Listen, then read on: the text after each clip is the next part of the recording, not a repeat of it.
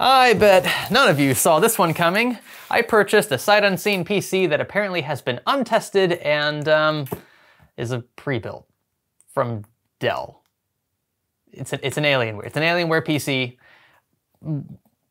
I might have gotten screwed, I don't know. Now you can see the eBay listing here. An Alienware Aurora system actually looks somewhat clean, and well, that's about all I know about it. I'm not even sure what the specs are because, well, none were listed. And of course, like I said, it wasn't tested either. So we might have just gotten totally screwed out of about $300 US. Well, at least it was packaged with care. No, but seriously, it actually was packaged quite nicely. So shout out to the seller, although I'm gonna hold my reservations about whether or not this is actually a good deal for when we test the thing. It looks to be in decent shape though. Raymond, if you wanna come around here, I'll show them a close-up of the front I/O, right? Not too bad. So far, so good. Ooh, and look at this. We even get a sweet little peel around back there. I will take it. What's that? There we go. Good vibes all around. We're gonna try powering this thing on, and well, if it does, we'll test it in some games. And if it doesn't power on, well, welcome to a fix or flop episode. Are you ready? Stay with me. If you're sick of seeing that same Activate Windows watermark over and over, head on over to VIP SCD Key, where they have Windows 10 and 11 Pro OEM keys at a fraction of the price of retail. Just use a secure payment method like PayPal, enter your product key into your PC settings window, and say bye-bye to the watermark. And be sure to use our offer code SKGS for that sweet discount. Now I want to kick things off with a disclaimer. I am not trying to fault the seller for anything that might or might not happen in this video. He was actually very upfront about what he didn't know about this. Apparently it does have a Core i5 9th gen, and you can see from the sticker here in the B-roll, and the case is a bit scuffed up, but it doesn't look too dirty. It doesn't look like it was abused to any extent.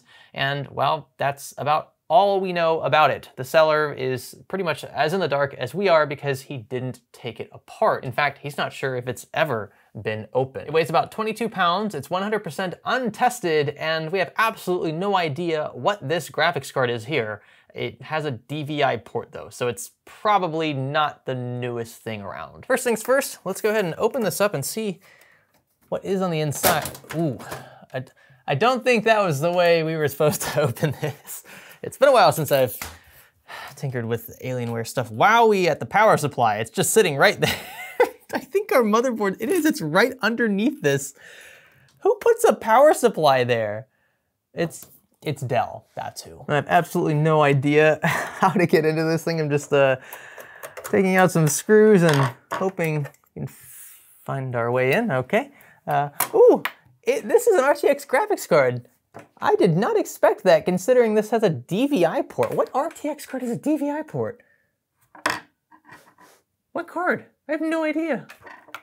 I'll take it though. I mean, as long as it's not broken. Now, before we get ahead of ourselves, we need to try powering this thing on. I was just antsy. I wanted to see what card we were dealing with and well, how cluttered everything was in here since Alienware systems aren't known to be the most appealing. Let's see here. It powers on. So it posts. This is impressive. For 300 bucks, 9th gen Core i5, RTX, even if it's an RTX 2060, that's still a win, I think. It's even got an operating system loaded on it.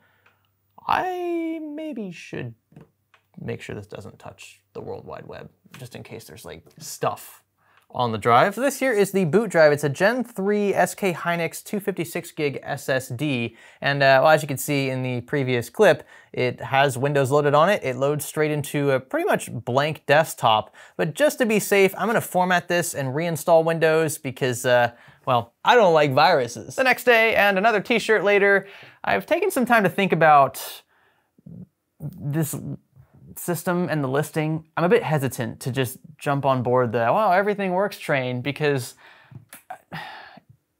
if it's untested, like, why can't you just plug it in and see that it turns on? I mean, that takes like not even a few minutes, you know, connected to a monitor, it works. You don't have to be a computer person to know how to, you know, at least plug it in and power it on. And so I'm still holding on to this small possibility that this seller knew there was an issue with it and decided to list it as untested anyway, which happens a lot on eBay, and that's the risk that we all take when we buy rigs like these. Again, I don't think that the seller has this intent, but I've seen it before. And so what we might run into if we start heavily stressing the system is some degree of artifacting, which would be the result of a dying graphics card. So I've got my hard drive in here with my Steam library. We're just gonna test maybe 2-3 games to give you guys an idea of how this performs, assuming everything works. And well, if it doesn't work, you'll see that live as well. But we didn't end up getting too far. This inaccessible boot device, BSOD, has consistently popped up. I have no clue why, because it was working in the previous shots. You saw it literally on the Windows desktop. So we tried reinstalling Windows. That was, of course, something I was going to do regardless because, well, it did look a bit sketchy. Some of the files in this download folder, and just to play it safe, again, I'm gonna be connecting this to my own network. I just wanted a clean slate. And that's when the problems began. I swapped the boot drive itself as well to try to bypass whatever weird BSOD we were running into, and it still refused to even detect. Also, why was RAID enabled in the BIOS by default? And why does it keep trying to boot over the network by default, even after I persistently change this setting to the Windows Boot Manager? Fishy things are about. Surely there isn't a second boot drive in here. It wouldn't make sense to put a 256 gig SSD in RAID 1 or RAID 0, let alone in a pre-built from a company like Dell.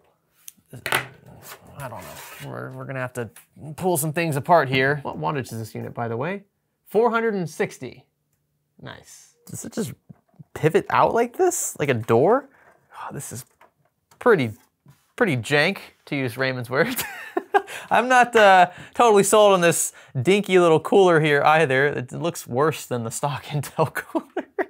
And it has a large metal plate just right above it, so it's pulling literally zero air. I'm sure that's epic for thermals. Not seeing anything super fishy here. There's an extra fan up top I didn't know about. Just a single M.2 slot. And again, regardless of the drive we connect to this board, we either get a blue screen of death or we get a boot failure notice in the BIOS, which kind of ties our hands because this board, while the shape of it's not proprietary, the cutouts at the back of the case are to this specific board, which means we can't just swap in a new motherboard and roll with the cutouts back here. That's not gonna work. A few moments later. Whoa, look at that. We are on the desktop finally. That took, well, you don't wanna know how long that took. A little over, what, a couple hours, right? It was pretty bad. We're gonna sound pretty dumb when we tell you what the reason was. It was the RAID on setting. Why on earth RAID on was enabled by default in this pre-built with only a single 256 gig SSD installed is beyond me, and I forgot to switch it back to RAID when we put the original drive back in. So that's why I wasn't reading it. You have to stick with the original config that the drive was set up with, and that was, for whatever reason, RAID, and that's how we got back into Windows, finally, after just a crazy roller coaster of emotions.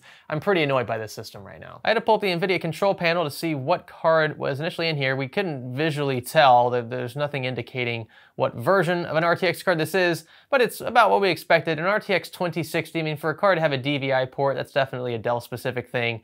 Most 2060s, I'm pretty sure don't, if I recall correctly. And this is also only an 8-pin supplemental PCIe card, so it couldn't have been a higher power thing, like a 2070 or 2080. It would have made sense.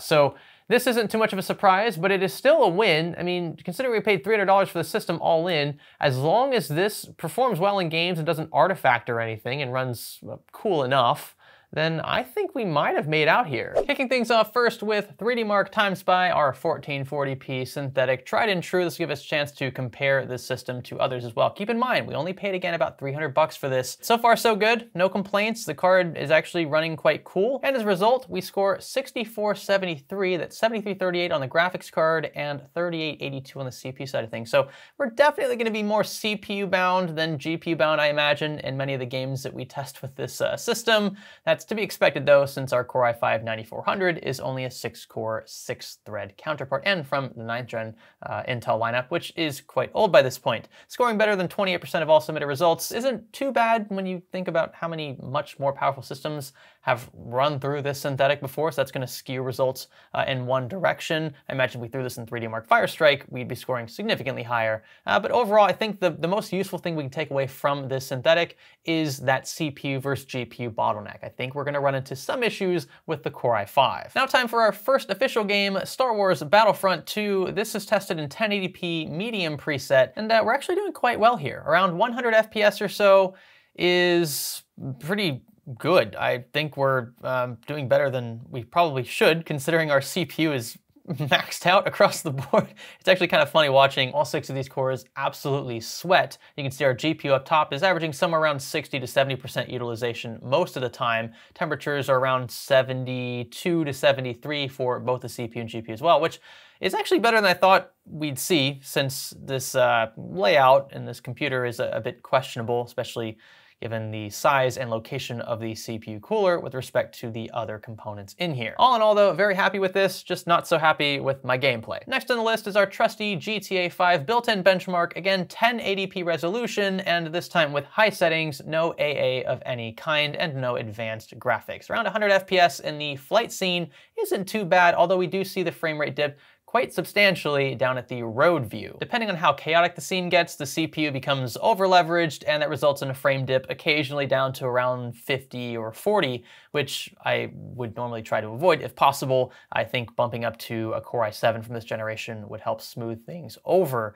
And you can see our graphics card is just chilling up top there, around 30 to 40% utilization. We're not even maxing out frequency here, and it's at around 50 degrees Celsius, so definitely still CPU bound, which is what we expected. And lastly, Shadow of the Tomb Raider, this time in the DX12 API, still 1080p and medium preset, around 60 to 70 FPS depending on the scene, is to be expected for a title like this. We aren't enabling DLSS, even though we technically could with this RTX 2060. This is a more graphically intensive title, so the GPU is definitely being leveraged more, around 75% or so. The temperature is also spiking as well. But you can still, our CPU cores are still struggling pretty heavily, around 98, 99% utilization, pretty much maxed out for all intents and purposes, and that is what I imagine is really hurting our frame rate here, keeping us from getting closer to 80 or 90 like I'd like to see in a title like this. Well, we sort of tricked ourselves into thinking this actually had an issue, when in reality it didn't, and to our surprise, it didn't artifact or anything either in games. It ran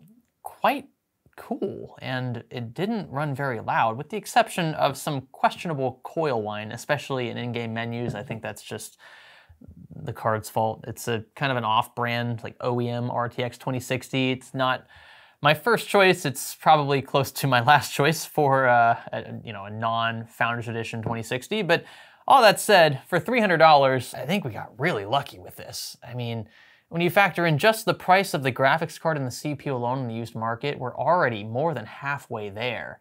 And then combine that with a fully working power supply. The case is totally fine. It comes with a 256 gig NVMe SK Hynix drive, and it's super clean. I mean, all around, doesn't even look like the system was used very much. The airflow is, yes, a bit questionable. Definitely don't like the CPU cooler location with respect to the power supply that's sitting directly on top of it.